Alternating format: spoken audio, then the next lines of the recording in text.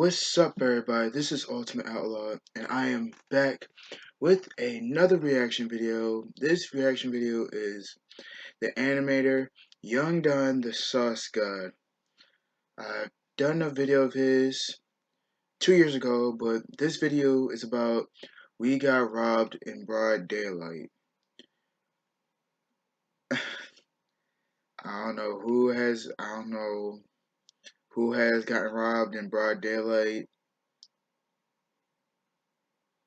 That could not be me. But I'm just saying, like, I don't know who did I don't know who got robbed in broad daylight. I don't know why would someone rob somebody in broad daylight. It makes no sense. But make sure you leave a like, leave a comment, what should I react to next? And let's get to it. He turns around, grabs my boy, the one who got his phone took, grabs him by the shirt, puts him up against the wall, pulls out a pocket knife, holds it to his stomach, and is like, "You don't want to do that." Oh, snap, bro. Okay. I was mad living with you. I couldn't sleep naked. Oh yeah? Hell yeah. I mean, you pissed could have off. asked. What? I'm like, I walk into the Okay, Foot this Locker is and they a got my size. podcast. It's like, well, Okay. what's going on? Is get these little slaves to work. Wow. Get them to work. Get their little hands to stitch up these shoes. I need some fresh Nikes. What Oh, are you no. doing? Ain't nothing like crackhead strength. That crackhead immune system. If crack don't kill you, Nothing will. nothing. Oh, That nah, crack yo. don't kill you, boy. Crack make you stronger, boy. What COVID gonna do, nigga? You got crack in your system, nigga. You high. Can't do shit. What the cough gonna do, nigga? You cough more smoking crack. I'm not rapping on that. Oh, no, yo. Go ahead, Will. Go ahead, Will. He Yo, we said, got to sit down, record Hey. a podcast. Where you doing? You better bring your ass. We Oh, about to okay. talk shit for 2 hours. Get them Sour Patch Kids, get them sours. I'm cracking no, jokes. yo. Don got the beat. And I'm Okay, about this to go video, through my you meat. didn't even start. There's a video. That's famous tough. quote: "Money is the root of all evil." Have you heard it? True. What do you think about it? It comes from the Bible, and growing up in Jamaica, that quote made a lot of sense to me. And that's because every night on the evening news, there'd be some tragic story of a family, a business owner, a kid who lost their life over money, a robbery gone bad. So for a long time, I believed that. I believed that money was the root of all evil. But one day, I was sitting down with a wise man. It was my best friend's father, who had made himself a lot of money in his lifetime by building businesses, being disciplined, going to college, all of that. He carried a gun. And one day, when I was over my best friend's house, he asked me, "Why do you think I have this?" Of course, I replied, "To protect yourself." He was a wealthy man. People knew he was a wealthy man, and Jamaica's a dangerous place. And thinking I was smart, I threw the quote at him, "Money is the root of all evil." He then said to me, "Chris, money is not the root of all evil. Money is what bought me this house. It's what buys you food. It's how your parents get you those video games you like to play. No, money is not the root of all evil. The lack of money is the root of all evil. Poverty. That's why I carry this. Because too many people here don't have enough. And the only thing more dangerous than a man with nothing to lose is a man with nothing at all." That stuck with me. Completely changed the way I saw money. So That's deep, bro. Like, you gotta be careful with your pockets. Like, just because you have all that money doesn't mean you could get robbed, though. That's facts. And if you see, like, my light turning off and stuff like that, my bad. It's just, right now, I'm using this terrible webcam I'm using right now. Because when I was watching my last videos, it was just terrible to use. So if you see the light turn on and off, I'ma just keep it off this time because I need to get like a better light for my stuff, you know. Hey, this is how you gotta start it off by being a YouTuber. You start from the bottom until you get to the top. No cap. That's how it works sometimes. All right, back to this video. One day after school, when me and my boys got held up and robbed as they were walking to the bus stop, I was walking to my dad's office. I don't want to give you too much backstory, but you can watch this video about getting teased for where I lived. It's a funny story about getting teased, walking to my dad's office. People thought it was my house. Go watch this video if you want to get more context. But that day when we got robbed, what my dad's friend said to me made all the sense in the world. I was about 13 years old, you know, very young, very naive, and the world around me, being Jamaica, was a very real place, you know, a very dangerous place at times. But my parents did an amazing job at sheltering me from a lot of that. But no matter how hard your parents try, they can't protect you from the world forever. So I'm walking to my dad's office with two of my boys. You know, they're walking to the bus stop to take the bus to go home. So we're taking the usual route, and on the way to where we're going, we have to pass this other school. It was known as Quality Academics. It was basically a school you would go to if you failed high school. You see, in Jamaica, in order to go to college, you have to take this exam called CXC. I think they changed the name, but it's very similar to the SATs. So if you got poor grades on your CXCs, you wouldn't be able to get into a good university. In Jamaica, there are really only like two, and we don't have this abundance of community colleges like you do here in America. So if you want to take another swing at getting into university, you pretty much have to redo your senior year of high school. But there isn't a way to do that in actual public school. So you have to go to one of these like do-over schools, and Quality Academics was one of those schools. Now, think about the kind of kids that completely fail high school, right? Of course, you have those who just, you know, struggle in school. You know, public school isn't always the best. But a lot of times, it's dudes that didn't take school serious because they were busy, you know, chasing girls, ditching class. A lot of times, there were dudes who gave a lot of trouble. Very often, these kinds of guys, you know, grew up in environments where they didn't have a lot, you know? They grew up in the hood, grew up in poverty. So what do you get when you mix a kid who grew up without a lot in an environment that is often violent, who feels the pressure of having to look like they have more than they really do so that they can climb the superficial social ladder that is high school culture? Wow. You get the two dudes that were posted up down the street in the cut looking for an easy lick. I saw them as we were walking up the street, and I could tell from a distance that these guys were no good. Back when I was going to school in Jamaica, there was a certain look that all the tough guys had, you know, the bad man look. Uniform was always iron crisp, shirt untucked. They take their baggy uniform pants to a tailor and get them tightly fitted. A lot of times their faces were bleached so they look more light-skinned, and they always used too much gel in their hair, like to get it curly. What? What is this, the 80s? No offense. That's like Temptation style. You having your hair all puffy and stuff?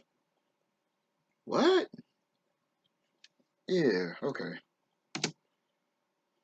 Early, but they did use too much. And, you know, I just started walking the streets to get to my dad's office, so I saw them, and I'm thinking, that don't look good. But, you know, it's three of us, it's two of them. Sure, they're bigger, they're older, but, you know, this kind of thing doesn't happen to me. Like it's something you hear on the news, it's something you hear happening to other people. You know, I'm not gonna get pressed by no goons. So we're walking up the street, we're getting closer and closer, and then we pass them. So I'm like, okay, all right, good, we're good. So we walk past them, and me and my boys, you know, we're talking. Bro, that man was scared.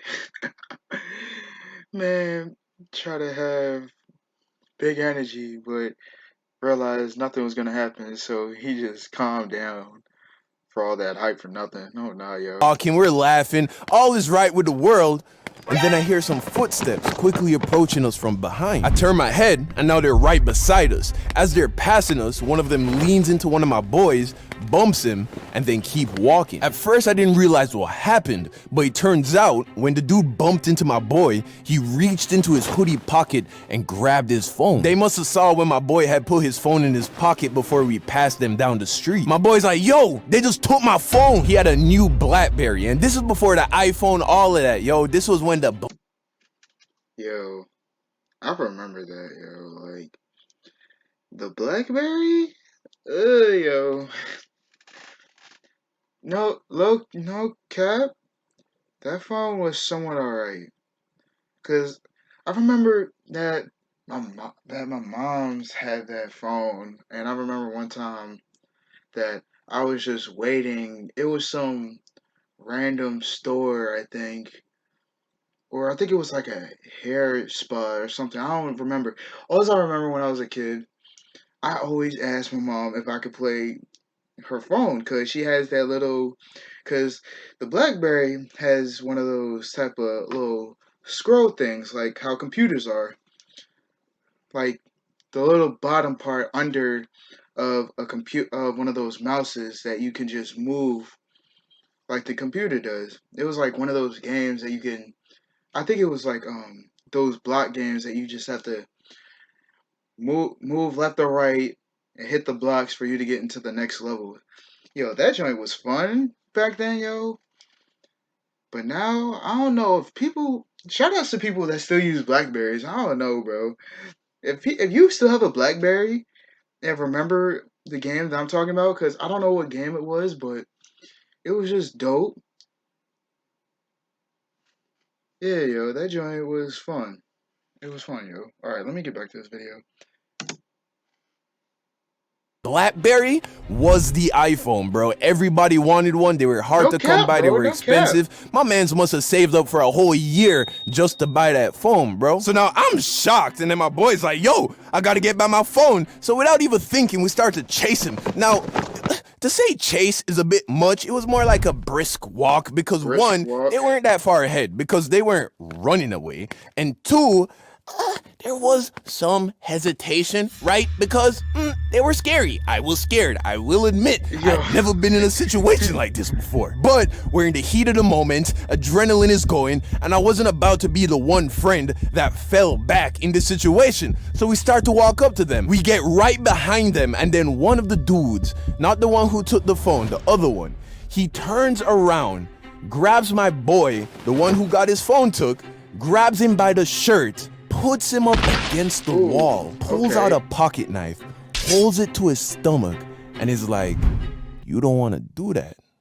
He lets him go, turns around, and the both of them keep walking. And back in school, we heard a lot of stories of dudes getting robbed and stabbed over their phones. So we knew that this was not a joke. So they're walking away, and then my boy turns to us and is like, yo, what do I do? I look at him, and I'm like, looks like you gotta get a new phone, bro. Cause that one's not yours no more. And as soon as that reality set over the group, we were just like, man, that's tough.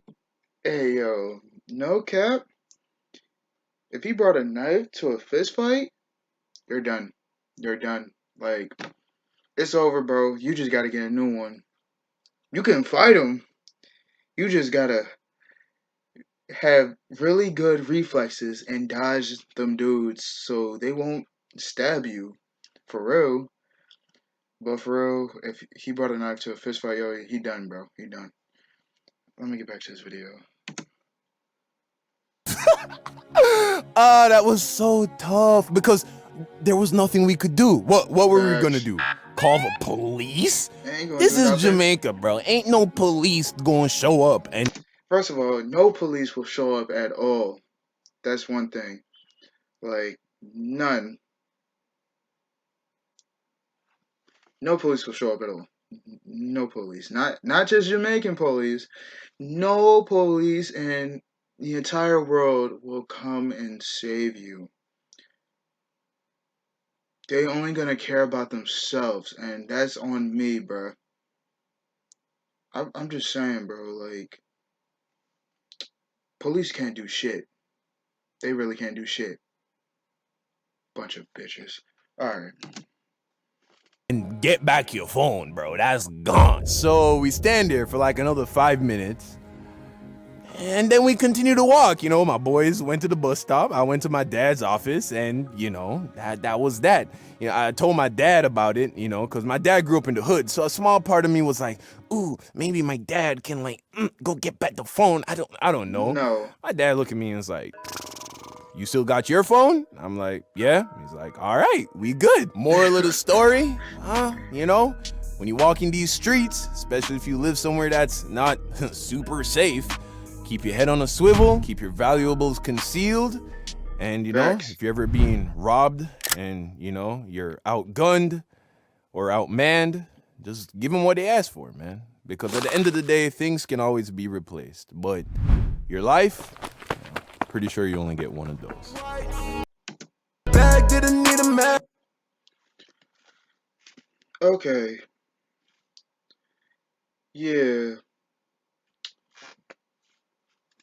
He's right though. Anything that can be irreplaceable, yo, better to it's better to give them the stuff that they wanted instead of risking your life. Even like if it's a gun, if it's a knife, if it's like anything that they might have that's dangerous or anything that's crazy, you gotta let them have it for real, because you don't want to risk your life over some iPhone or some paper that's in your pocket. No, no valuable like that is worth your life, bro. But yeah, yo, that was real. That was interesting, yo, and that was mostly it. Thank you guys so much. Make sure you leave a like, comment down below of what should I react to. Y'all don't be commenting down below nothing. I should be finding anything I can watch. It's like, nah. Like, come on now. Give me good videos. Give me memes. Give me TikTok videos. I don't care, bro. I don't use TikTok. That's the thing. But I've seen some of them that be on Instagram, and I ain't gonna lie, they be funny. But yeah, yo, send me some. Try not to laugh. Something, anything, bro. Leave a comment down below, and then I'll get. And then just like Corey Kenshin would always say, you get a shout out. But yeah, and make sure you hit that subscribe button and turn on your notifications, because some of y'all don't be trying to watch these videos, bro. You know. And I'll see you soon. Outlaw out.